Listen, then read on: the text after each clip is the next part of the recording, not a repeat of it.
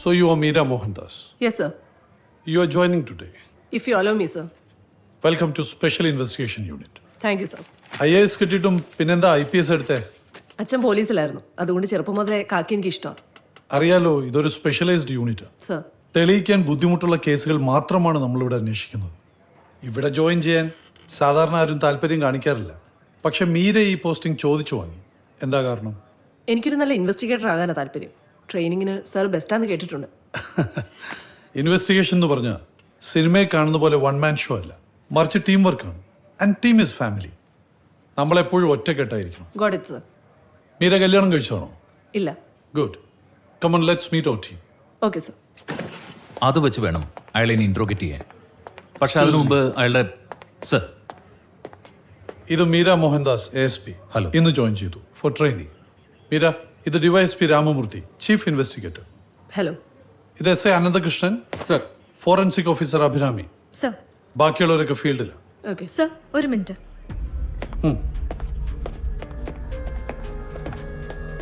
Aluva murder കേസിന്റെ കാര്യമാണ്. ഞങ്ങൾ ബുള്ളറ്റ് മാർക്സ് കമ്പയർ ചെയ്തു. ഇതാണ് ബോഡിയിൽ നിന്ന് കിട്ടിയ ബുള്ളറ്റിലെ റൈഫിൾ മാർക്സ്. ഇത് പ്രതിയുടെ തോക്കിലെ റൈഫിൾ മാർക്സ്. രണ്ടും പെർഫെക്റ്റ് മാച്ചാണ് സർ. ഗുഡ്.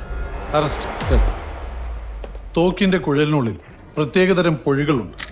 അതിലൊരു സിപ്പുറത്ത് വരുമ്പോഴാണ് ബുള്ളറ്റിൽ റൈഫിൾ മാർക്സ് ഉണ്ടാവുന്നത്. ഓരോ തോക്കിന്റെയും റൈഫിൾ മാർക്സ് വ്യത്യസ്തമായിരിക്കും, മനുഷ്യരുടെ ഫിംഗർ പ്രിന്റ് പോലെ. അതുകൊണ്ടൊരു വെടിയുണ്ട കിട്ടിയാൽ അത് ഏത് തോക്കിൽ നിന്നാണ് ഫയർ ചെയ്തതെന്ന് കൃത്യമായി പറയാൻ പറ്റും.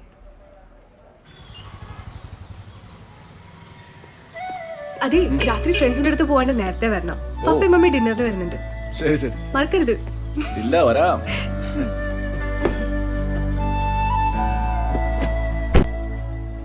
മീര, എൻ്റെ കൂടെ വർക്ക് ചെയ്യുന്ന അത്ര എളുപ്പമാവില്ല. ആഹാരമൊക്കെ ഒരു സമയത്തായിരിക്കും. എനിക്കത് ശീലമായി. ഒരു ഇൻവെസ്റ്റിഗേറ്റർ എന്ന് പറഞ്ഞാൽ പൂച്ചയെ പോലെ ക്യൂരിയസ് ആയിരിക്കണം, വേട്ടപ്പട്ടിയെ പോലെ ഫെറോഷ്യസ് ആയിരിക്കണം, കത്തിമുന പോലെ ഷാർപ്പായിരിക്കണം. എന്ന് വെച്ചാൽ ഉറങ്ങുമ്പോൾ പോലും ഒരു കണ്ണ് തുറന്നിരിക്കണം. മീര ഈശ്വര വിശ്വാസിയാണോ? അതെ. പ്രാർത്ഥിക്കാറുണ്ടോ? ഉവ്വ്. എന്താ പ്രാർത്ഥിക്കാറ്? God make me courageous. പോലീസുകാർക്ക് പറ്റിയ പ്രാർത്ഥന. എന്ന് വെച്ച് ദൈവം നമ്മെ ചുമ്മാതങ്ങ് കറേജിയസ് ആക്കൂല, പിന്നെ പകരം കറേജിയസ് ആവാനുള്ള അവസരം തരും. അതാ ദൈവത്തിൻ്റെ ഒരു രീതി. നമ്മൾ വേണം അവസരം ഉപയോഗപ്പെടുത്തി കറേജിയസ് ആവാൻ. Sir. Meera, chilli chicken fried rice. Okay. Get it fast. Okay sir. സാറിനും IAS ഉണ്ടായിരുന്നല്ലോ, പിന്നെന്താ IPS എടുത്തേ? വളരെ പാവപ്പെട്ടവരായിരുന്നു എൻ്റെ അച്ഛനും അമ്മയും. എല്ലായിടത്തും ഒരുപാട് അനീതി സഹിച്ചാണ് ഞങ്ങൾ വളർന്നത്. അന്നു മുതലുള്ള ആഗ്രഹമാണ് എല്ലാവർക്കും നീതി കിട്ടുന്ന ഒരു ലോകം. നമ്മളൊരാൾ വിചാരിച്ചാ ലോകം നന്നാവുമോ? അതൊക്കെ ഗട്ട്സ് ഇല്ലാത്തവർ പറയുന്ന ഓരോ ന്യായങ്ങളാണ്. ഞാൻ ഒരാൾ നന്നായ ഈ ലോകം അത്രയും നന്നായി എന്ന് വിചാരിക്കുന്ന ഒരാളാണ് ഞാൻ. നീതി നടപ്പാക്കാൻ നമ്മൾ രാജാവോ ജഡ്ജിയോ ഒന്നും ആവണ്ട. ഓരോരുത്തരും മറ്റുള്ളവർക്ക് വേണ്ടി ചെറുതാണെങ്കിലും ഒരു നീതി നടപ്പാക്കിയാൽ മതി, അല്ലെങ്കിൽ അതിന് സഹായിച്ചാൽ മതി. We can change the world. അതിന് IPSനേക്കാളും നല്ലത് IAS അല്ലേ? No, I think the other way. ഒരു മനുഷ്യന് ഏറ്റവും വേണ്ടത് എന്താണെന്നറിയോ? ആഹാരമോ പണമൊന്നുമല്ല, നീതി. ഏത് കുറ്റകൃത്യത്തിൻ്റെയും ഉത്ഭവം ഒരു അനീതിയിൽ നിന്നായിരിക്കും. നീതി നിഷേധിക്കപ്പെട്ടവൻ്റെ പ്രതികരണമാണ് ഓരോ കുറ്റകൃത്യവും. ഇപ്പോൾ ഒരാൾ കൊല്ലപ്പെട്ട കേസാണെന്ന് ഇരിക്കട്ടെ, കൊല്ലപ്പെട്ടവൻ ആർക്കാണ് നീതി നിഷേധിച്ചെന്ന് അന്വേഷിച്ചാൽ മതി, പ്രതിയെ കിട്ടും.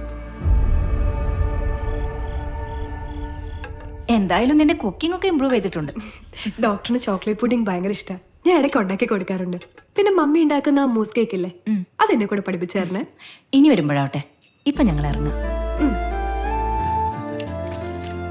കൊള്ളാലോ. ആ പപ്പാ, എന്റെ വർക്ക് ഏരിയ. എഞ്ചിനീയറിങ്ങിനോടുള്ള താല്പര്യം കുറഞ്ഞിട്ടില്ല അല്ലേ? ഇല്ല. അത് നല്ലതാ. നമ്മുടെ ബിസിനസ് ഏറ്റെടുക്കുന്ന സമയത്ത് ഉപയോഗപ്പെടും. വാ, നമുക്ക് പോണ്ടേ? വിളിക്കുന്നുണ്ട്. പോട്ടെ. ഡോക്ടറിന് ഹോസ്പിറ്റലിൽ തിരക്കായതുകൊണ്ട് നമ്മൾ പുറത്തൊക്കെ അതിപ്പോ നീ പ്രത്യേകിച്ച് പറയേണ്ട കാര്യമില്ലല്ലോ. നീ ആന്റിയോട് നേരിട്ട് വിളിച്ചു പറഞ്ഞാൽ മതി. മരുമോനായിട്ടല്ല, മോനായിട്ട് തന്നെ ഞങ്ങൾ കാണുന്നത്. എന്തിനും ഞങ്ങളുണ്ട് കൂടെ. എന്താവശ്യം ഉണ്ടെങ്കിലും ചോദിക്കാൻ മടിക്കരുത്. മോനൊന്നും ചോദിക്കുന്നില്ലെന്നാ ഞങ്ങളുടെ വിഷമം. എന്നാ ശരി. ശരി. അതെ, ഞായറാഴ്ച രണ്ടുപേരും ഡിന്നറിന് അങ്ങോട്ട് എത്തിയേക്കണം. ഗൾഫിൽ നിന്ന് ജോയിച്ചനും പിള്ളേരും വരുന്നതാ. ഓക്കെ, ഞങ്ങൾ എത്തിയേക്കാം. ബൈ. ബൈ. എങ്ങോട്ടാണെന്ന് സാർ പറഞ്ഞില്ല. കഴിഞ്ഞ ആഴ്ച റിപ്പോർട്ട് ചെയ്ത ആ കേസിൽ അതിലൊരു ഡെവലപ്മെന്റ് ഉണ്ട്. പ്രതി ആരാണെന്ന് ആ പെൺകുട്ടി അന്ന് തന്നെ പറഞ്ഞതാ. പക്ഷെ അവളിപ്പോൾ കാലുമാറി.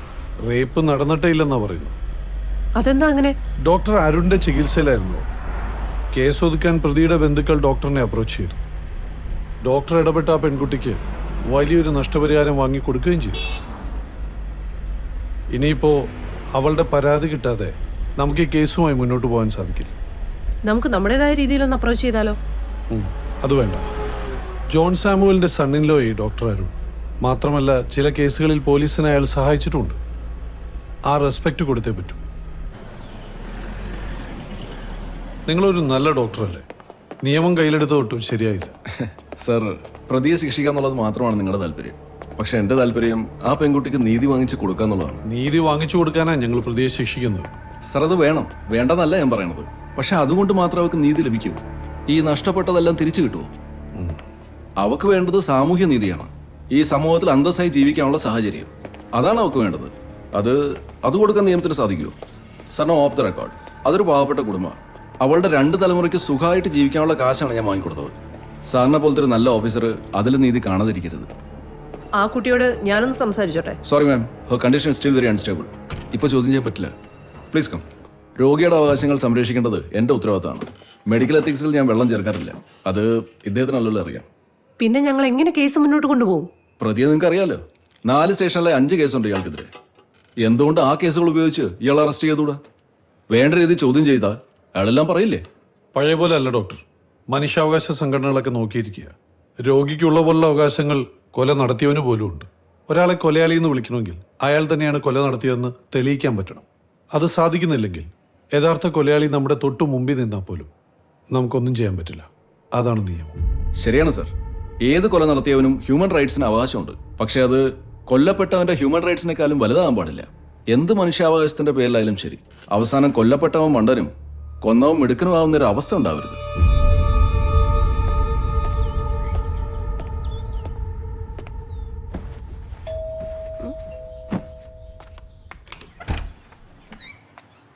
ആരാ?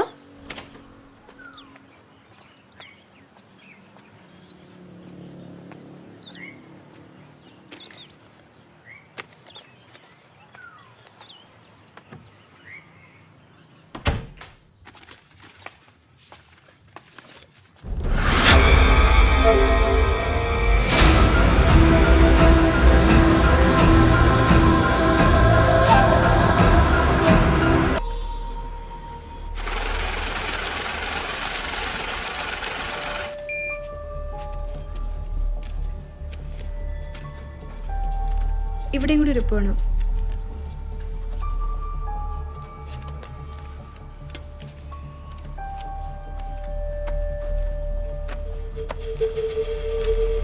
Thank you.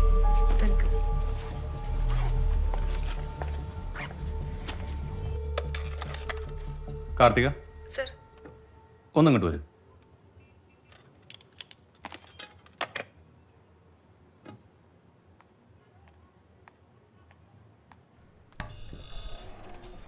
ആ, ഇരിക്കി. കാർത്തിക, ആ പോയതല്ലേ ജോൺ സാമുവലിൻ്റെ മോള്? അതെ സർ. കാർത്തിക ബാങ്കിങ് ഇതുവരെ പഠിച്ചില്ലേ? ആ കുട്ടി ഫിക്സഡ് ഡെപ്പോസിറ്റ് മുഴുവൻ പിൻവലിച്ചു. എന്തിനാന്ന് ചോദിച്ചില്ലേ? അത് സാമുവൽ ഗ്രൂപ്പിൻ്റെ ഉടമസ്ഥയായതുകൊണ്ടാണ് ഞാൻ. ആരായാലും ശരി, ബാങ്കിലിട്ട് രൂപ തിരിച്ചു കൊടുക്കാതിരിക്കാൻ നമ്മൾ പരമാവധി ശ്രമിക്കണം. എന്നിട്ട് അവരെ കൊണ്ട് എങ്ങനെയെങ്കിലും ഒരു ലോൺ എടുപ്പിക്കാൻ നോക്കണം. എന്നാലല്ലേ കാർത്തിക ബാങ്കിന് ലാഭമുള്ളൂ. Sorry sir. Don't worry, I will manage it. Thank you sir.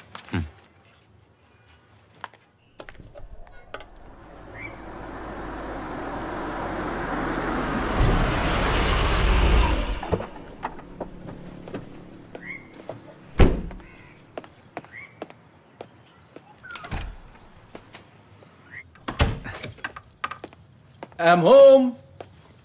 ശ്രുതി, കളിക്കാൻ പോണ്ടേ? ആ, ഇവിടെ ഉണ്ടോ? എന്തു പറ്റി? ചെറിയൊരു തലവേദന. ആഹാ, നോക്കട്ടെ. ഞാൻ കുറച്ചു നേരം കിടക്കട്ടെ. ഡോക്ടർ തന്നെ പോയിട്ടോ? Okay okay, take rest.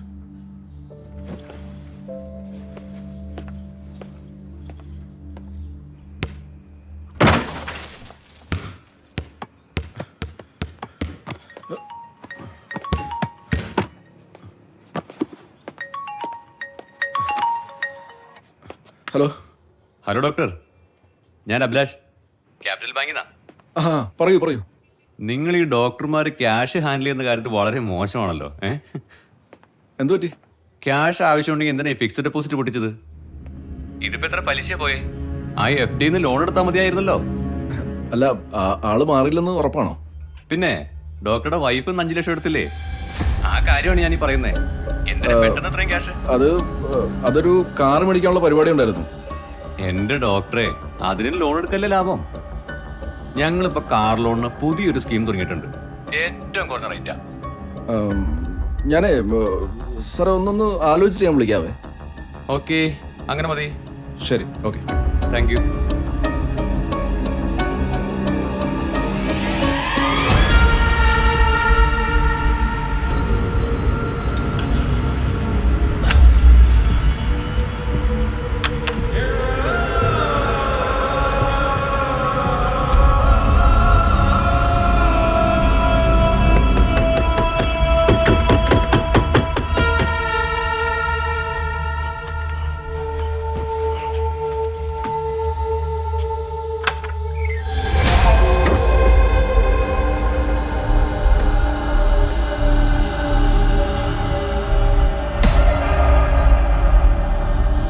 നിങ്ങളാണെങ്കിൽ phone ചെയ്തത്? അതെ. എന്താ കാര്യം? നീയാണ് ശ്രുതിയെ ബ്ലാക്ക്മെയിൽ ചെയ്തേ? ആണെങ്കിൽ ആണെങ്കിലോ? നീ എന്തൊക്കെ കരുതി? അവള് നിനക്ക് പണം തരും. ശരിക്കും? ആ, അവളെ കിട്ടിയില്ലെന്ന് വെച്ച് അവിടെ പണം വേണ്ടെന്ന് വെക്കണോ? എടാ, അവളൊരു പണമരോടാ. ഒന്നുകൂടി പിടിച്ച് കുലുക്ക്. നീ വിചാരിച്ച് ഇനിയും പോരും. സംശയം എന്താ? കളി തുടങ്ങിയിട്ടുള്ളൂ. അളിയാ, ഞാൻ പാർട്ട്ണറാണെന്ന് ആരും മറക്കരുത് കേട്ടോ. നീ വിഷമിക്കണ്ട. വാഴ നനയുന്നതിൻ്റെ ഒപ്പം ചീരയെ നനയും. പറയാ. അത് കേട്ടാ മതി. അളിയ, അവരൊക്കെ വലിയ പുള്ളികളില്ലേ? പോലീസിൽ അറിയിക്കോ? അതുകൊണ്ടാണ് ഞാൻ നിന്നോട് പറഞ്ഞേ, ആ സിം കാർഡ് മാത്രമല്ല ഫോണും കൂടെ കളഞ്ഞേക്കാൻ. അതൊക്കെ ഞാൻ എപ്പോഴേ കളഞ്ഞു. അല്ല, ആ സിമ്മാരുടെയാ? അതിൻ്റെ ഉടമസ്ഥനെ അന്വേഷിച്ച് പോലീസ് ചെയ്യുന്ന നല്ല രസമായിരിക്കും. റിട്ടയർ ചെയ്ത് വീട്ടിലിരിക്കുന്ന ഒരു പാവം പട്ടിരി പിടിയിലാവും. അത്ര തന്നെ.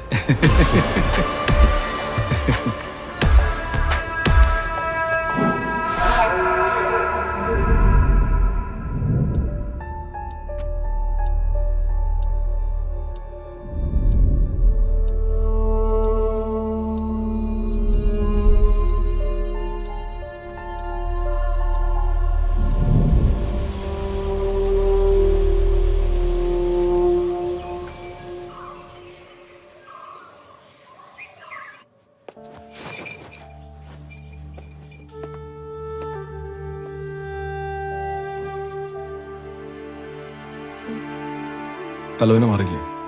ഒരു മൂഡ് ഔട്ട്, അത്രേ ഉള്ളൂ. വീട്ടിൽ പോണോ? വേണ്ട, ശരിയായിക്കോളൂ. ലേറ്റ് ആവാതെ പോവാൻ നോക്കാം.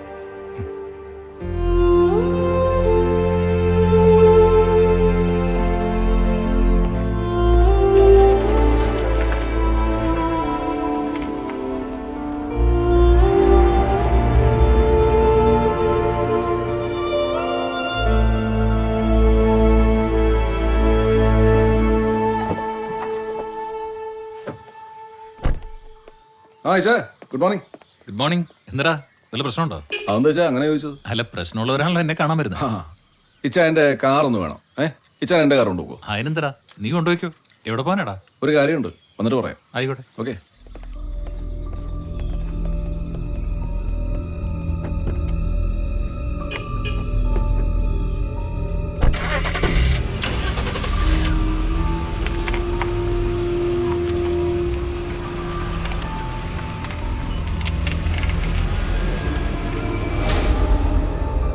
ഹലോ, നിന്നെ വിശ്വസിച്ചാ ഞാൻ ഇതൊക്കെ ചെയ്യുന്നേ.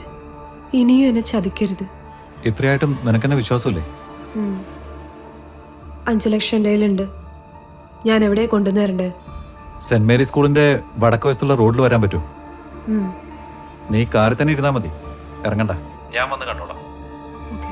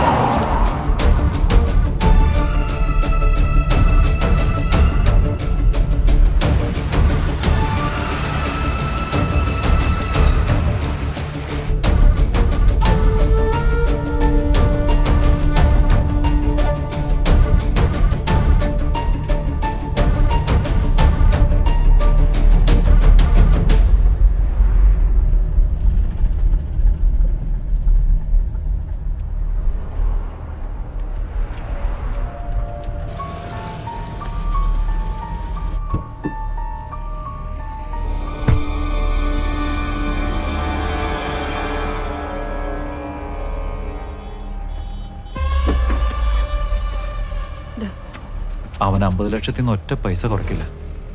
പക്ഷെ 2 മാസത്തെ സമയം തന്നിട്ടുണ്ട്. അതെങ്ങനെ കൊടുക്കും?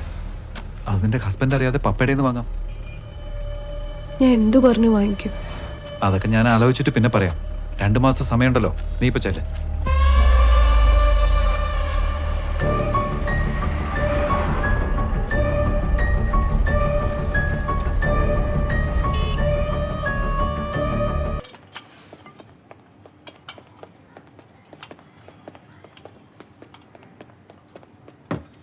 Hello madam. ആരാ സൗമ്യ? ഞാനാണ് മാഡം. സൗമ്യല്ലേ കംപ്ലൈന്റ് തന്നു? അതെ. അതേക്കുറിച്ച് അന്വേഷിക്കാൻ വന്നതാ. എത്ര നാളായി സൗമ്യയോട് ജോലിക്ക് കയറിയിട്ട്? 6 മാസമായി. ഈ കിരൺ ഇതിനു മുമ്പ് ഇതുപോലെ പറയാതെ പോയിട്ടുണ്ടോ? ഇല്ല മാഡം, ആദ്യമായിട്ട് ഇങ്ങനെ. 4 ദിവസമായിട്ട് ഫോണിലും വിളിച്ചിട്ട് കിട്ടിയില്ല. അപ്പോൾ വീട്ടിൽ പോയി നോക്കി, വീടും പുറത്തുനിന്ന് പൂട്ടിയിട്ടിരിക്കുക. അപ്പോഴാ പോലീസിനെ അറിയിക്കണമെന്ന് തോന്നി. ഇത് വാടകയ്ക്കല്ലേ?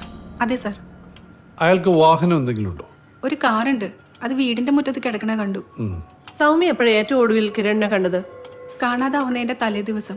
അന്ന് ഒത്തിരി നേരം ലാപ്ടോപ്പിൽ എന്താ ചെയ്തുകൊണ്ടിരിക്കുന്ന കണ്ടു. അയാൾ എപ്പോഴും ലാപ്ടോപ്പ് ഉപയോഗിക്കാറുണ്ടോ? ഉണ്ട് സാർ, എന്ത് കാര്യം കണ്ടാലും ലാപ്ടോപ്പിൽ ഫീഡ് ചെയ്യും. അതാ ശീലം. ആ ലാപ്ടോപ്പ് ഇവിടെ ഉണ്ടോ? ഇല്ല സാർ, ആ ലാപ്ടോപ്പ് കൂടെ കൊണ്ടേയിരിക്കുക. അയാൾക്ക് ഇവിടെ പ്രത്യേക മുറിയുണ്ടോ? ഇല്ല മാഡം, ഇവിടെ ഓഫീസ് ഫയൽസ് മാത്രമേ വെക്കാറുള്ളൂ. അയാൾ എങ്ങനെയാ എപ്പോഴും കയ്യിൽ ക്യാഷ് കൊണ്ട് നടക്കുന്ന ആളാണോ? ഇല്ല, കൂടുതൽ ATM കാർഡാണ് ഉപയോഗിക്കാറ്. അയാൾക്ക് ഒരുപാട് സുഹൃത്തുക്കളുണ്ടോ? ഉണ്ട് സാർ, കാണാതായപ്പോൾ കുറേ പേര് അന്വേഷിച്ചു. ശരി, ഞങ്ങൾ അന്വേഷിക്കാം. എന്തെങ്കിലും വിവരം കിട്ടിയാൽ ഞങ്ങളെ അറിയിക്കണം. തീർച്ചയായും സാർ. ഇയാളുടെ എല്ലാ ഡീറ്റെയിൽസും ട്രേസ് ചെയ്യണം. അയാളുടെ phone records, bank account, ATM card, credit card, insurance തുടങ്ങിയ എല്ലാ ഡീറ്റെയിൽസും ട്രേസ് ചെയ്യണം. Sure sir.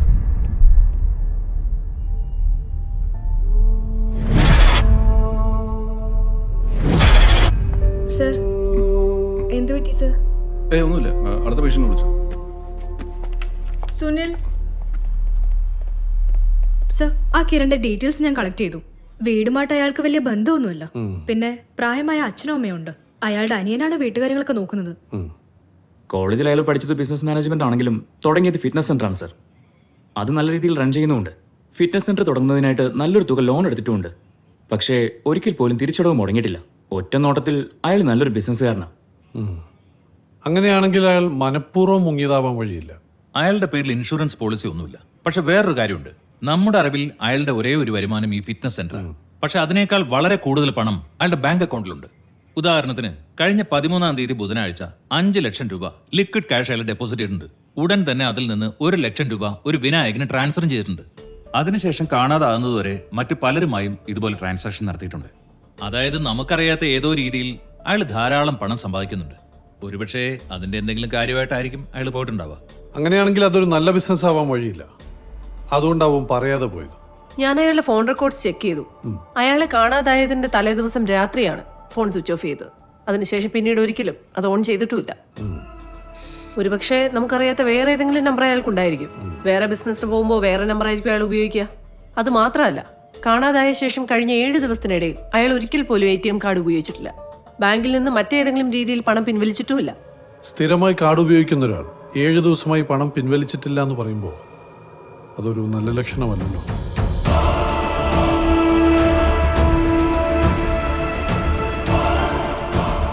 ശരിക്കും ഇതൊരു ഒറ്റപ്പെട്ട വീടാണല്ലോ. കിരണിയോട് വാടകയ്ക്ക് താമസിക്കുക. ഉടമസ്ഥൻ അമേരിക്കയിലാ. Mister Mathew Joseph.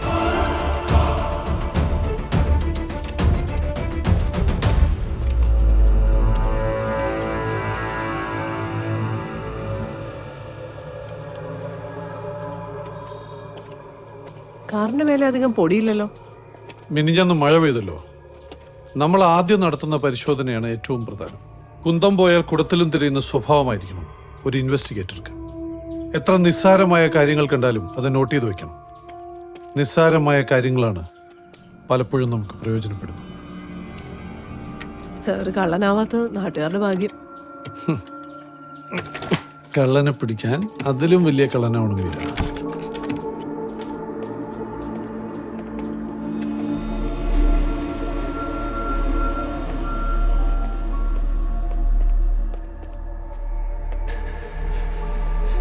ഒറ്റനോട്ടത്തിൽ അസാധാരണമായൊന്നും തോന്നില്ല അല്ലേ? അങ്ങനെയാണെങ്കിൽ അതിന് ശേഷമായിരിക്കും അയാൾക്ക് എന്തെങ്കിലും സംഭവിച്ചിട്ടുണ്ടാകും. പക്ഷെ അതിനു മുമ്പ് ആ ലാപ്ടോപ്പ് എവിടെയാണെന്ന് അറിയണം.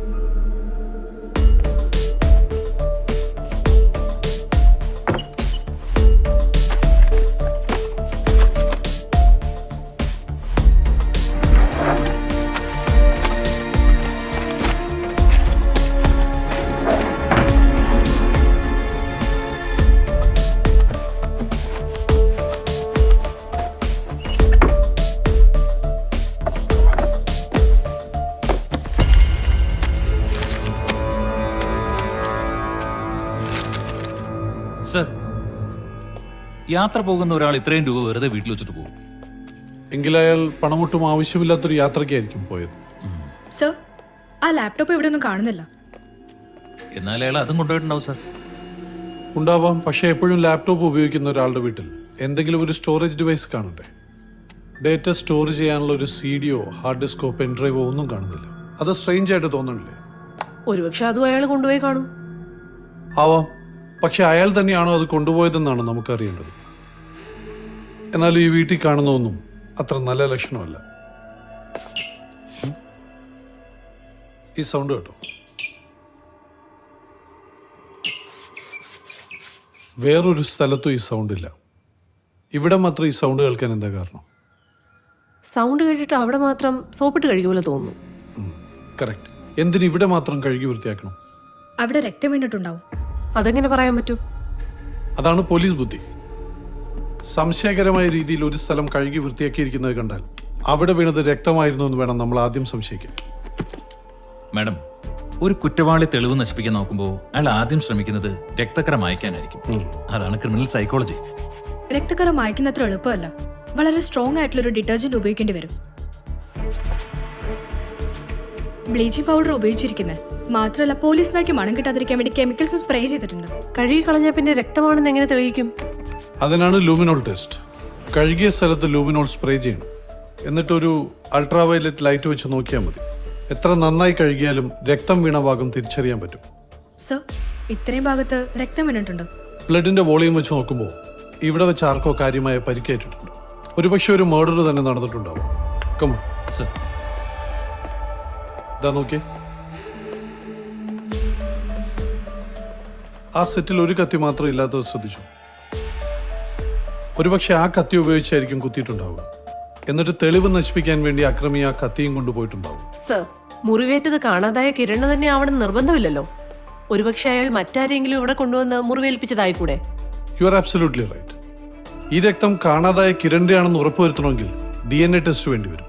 പക്ഷെ ബ്ലീച്ചിങ് പൗഡർ ഉപയോഗിച്ച് കഴുകിയതുകൊണ്ട് DNA ടെസ്റ്റ് നടത്താൻ പറ്റുമെന്ന് കണ്ടറിയണം. Anyway, we will go for it. നിങ്ങൾ എല്ലാ തെളിവുകളും കളക്ട് ചെയ്തിട്ട് വന്നാൽ മതി. ആവശ്യമെങ്കിൽ ബാക്കപ്പ് ടീമിനെ വിളിച്ചോളൂ. Yes sir. പിന്നെ ഒരു കാര്യം, സർ. ഇവിടെ ഒരു കൊല നടന്നതായി നമ്മൾ സംശയിക്കുന്നത് പോലും പുറത്താരും അറിയരുത്. Yes sir. Top secret. Sir. Come on. Meera, sir, കുറ്റാന്വേഷണത്തിന് ഒരു മെത്തേഡ് ഉണ്ട്. ആദ്യം തന്നെ നമ്മളിപ്പോൾ ചെയ്തതുപോലെ ക്രൈം നടന്ന സ്ഥലത്ത് നിന്നും മാക്സിമം എവിഡൻസ് കളക്ട് ചെയ്യണം. എന്നിട്ട് ആ തെളിവുകളെല്ലാം ഉണ്ടാവുന്ന തരത്തിൽ ഒരു ക്രൈം എങ്ങനെ നടന്നിട്ടുണ്ടാവുമെന്ന് ആലോചിക്കണം. അത് നമ്മൾ ഉണ്ടാക്കിയെടുക്കുന്ന ഒരു തിയറിയാണ്. നമ്മുടെ തിയറി ശരിയാണെങ്കിൽ പിന്നീട് കിട്ടുന്ന എല്ലാ തെളിവുകളും യോജിച്ചു വരും. മറിച്ചാണെങ്കിലോ അതിനനുസരിച്ച് നമ്മുടെ തിയറിയിൽ ചില മാറ്റങ്ങൾ വരുത്തണം. ഒടുവിൽ എല്ലാ തെളിവുകളും കൃത്യമായി വിശദീകരിക്കാൻ സാധിക്കുന്ന ഒരു തിയറി ഉരുത്തിരിഞ്ഞു വരും. അതായിരിക്കും നമ്മൾ അന്വേഷിക്കുന്ന സത്യം. ഏത് കേസും തെളിയിക്കാൻ ഈ മെത്തേഡാണ് ഉപയോഗിക്കുന്നത്.